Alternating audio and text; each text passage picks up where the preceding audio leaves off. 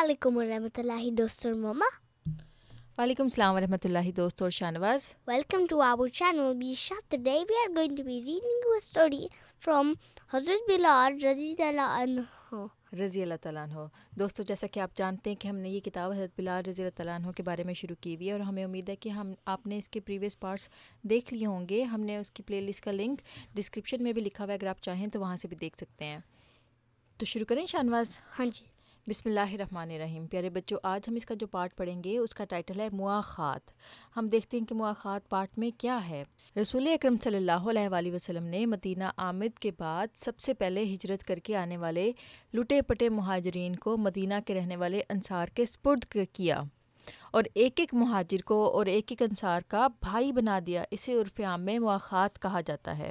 रसूल अल्लाह सल्लल्लाहु अलैहि वसल्लम ने मुझे अबू रुवैहा खशअमा रज़ियल्लाहु तआला अन्हो का भाई बनाया और हमारा ये ताल्लुक़ जो खुदा के नबी ने बांधा था हमेशा कायम रहा और हम दोनों एक दूसरे को सगे भाइयों से भी बढ़कर चाहते और प्यार करते थे और जिस हद तक मुमकिन होता एक दूसरे के काम आने की कोशिश करते थे।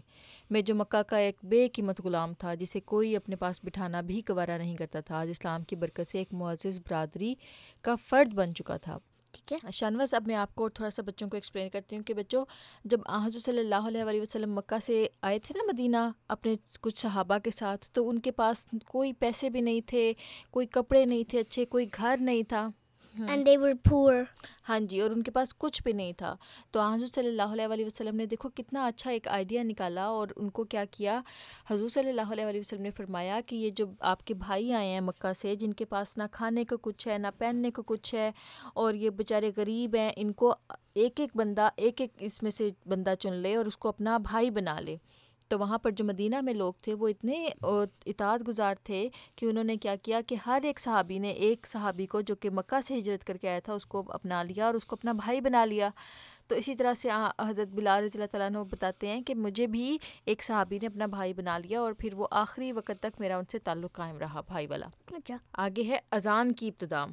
मदीना हिजरत के बाद मुसलमान अपने अक़ीदे के मुताबिक इबादत करने के लिए बिल्कुल आज़ाद थे और इसी मकसद के लिए हज़ूर अकरम सल्लल्लाहु अलैहि वसल्लम ने मदीना तशरीफ़ लाने के फ़ौरन बाद एक मस्जिद की तामीर शुरू की, जिसके लिए तमाम मुहाजिरीन और अंसार ने बड़े जोश व खरोश से काम किया और करते भी क्यों ना, जबकि उनका महबूब आका ख़ुद उनके साथ तामीर के कामों में मसरूफ़ था। जब हज़रत सल्लल्लाहु अलैहि वसल्लम मदीना तशरीफ़ लाए ना, तो ज़ाहिर बात है उनको नमाज़ पढ़ने के लिए कुछ जगह चाहिए थी। तो हज़ूर सल्लल्लाहु अलैहि वसल्लम ने और हज़ूर सल्लल्लाहु अलैहि वसल्लम के तमाम सहाबा ने मिलकर एक मस्जिद बनाना शुरू की। तो हज़रत बिलाल फरमाते हैं कि मैं वो मंजर कैसे भूल सकता हूँ जब रसूलुल्लाह सल्लल्लाहु अलैहि वसल्लम खुद इस मस्जिद की तामीर के लिए मट्टी उठा उठा कर लाते थे।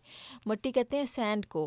मैं भी उन कामों में शरीक था और अपनी हिम्मत के मुताबिक पूरे जोश और जज्बे से ये काम सर अंजाम दे रहा था। मैं नहीं जानता था कि ये मस्जिद जो आज हम तामीर कर रहे हैं, कल इसी में अल्लाह ताला ने मुझे मुअज़्ज़िन के तौर पर अज़ान देने की सआदत भी अदा करेगा। चुनांचे जब नमाज बाद जमात का आगाज़ हुआ तो नमाज के लिए लोगों को बुलाने और इकट्ठा करने के तरीके भी सोचे जाने लगे। बाज़ का ख्याल था कि नमाज का वक्त होने पर आग जलाकर धुएं के ज़रिए लोगों को ख़बर की जाए। बाज़ ने कहा कि झंडा बुलंद किया जाए कि अब नमाज का टाइम हो गया, आ जाओ। और बाज़ ने नाकूस यानी कि कोई म्यूज़िकल इंस्ट्रूमेंट था वो बजाकर इतला करने का मशवरा दिया। लेकिन बिल आखिर रसूलुल्लाह सल्लल्लाहु अलैहि वसल्लम ने अपने बाद सहाबा की रोया के मुताबिक यानी कि ख्वाब के मुताबिक अज़ान देने के तरीक़ को पसंद फरमाया।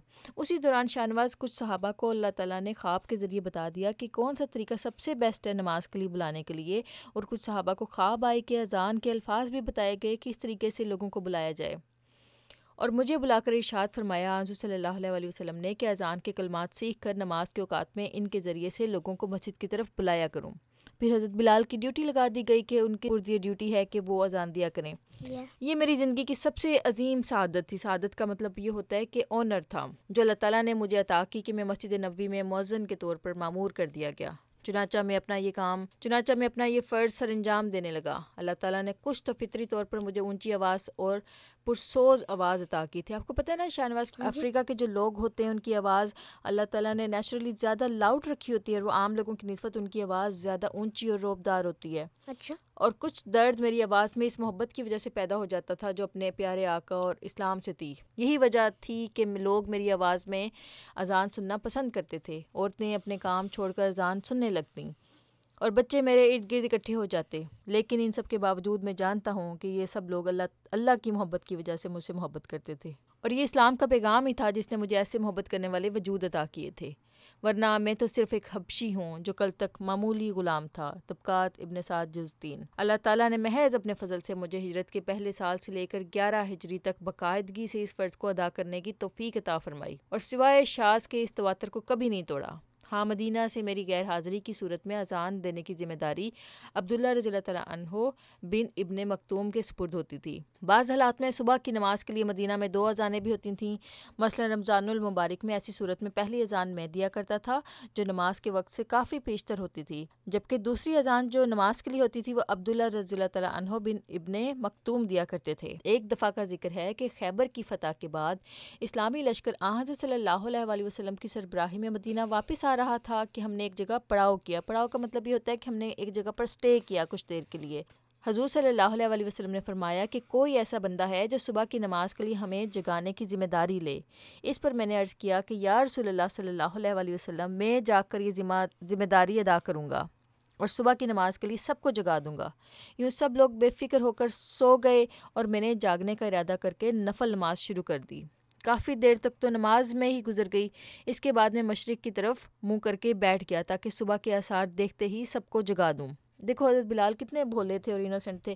انہوں نے سوچا کہ میں اگر سو گیا تو مجھے پھر صبح کو آنکھ نہیں کھلے گی اذان کے لیے اٹھانے کے لیے، تو وہ ایسٹ کی طرف جہاں سے سورج طلوع ہوتا ہے نا، اس طرف منہ کر کے بیٹھ کے اور سوچا کہ جیسے ہی مجھے پتہ چلے گا کہ صبح ہونے والی میں اسی وقت اذان دے دوں گا۔ خدا کا کرنا ایسا ہوا کہ باوجود سب تدبیروں کے میری بھی آنکھ لگ گئی۔ اب اس وقت ان کو اچانک ان کو بھی نیند آ گئی، اور جب صبح لوگوں نے مجھے جگایا تو دن طلوع ہو چکا تھا۔ جب آلریڈی اتنی دیر سے ہو گئی اور پھر لوگوں نے آ کے جگایا حضرت بلال کو کہ اب تو صبح ہو چکی ہوئی ہے، اٹھ جاؤ۔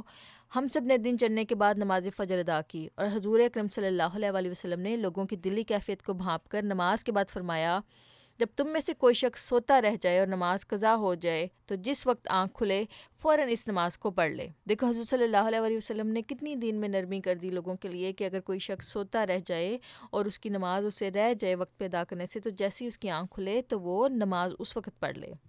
پیارے بچوں، اس واقعے کو ہم آنے والی ویڈیوز میں کنٹینیو کریں گے انشاءاللہ۔ تب تک کے لیے اللہ حافظ and don't forget to subscribe my channel.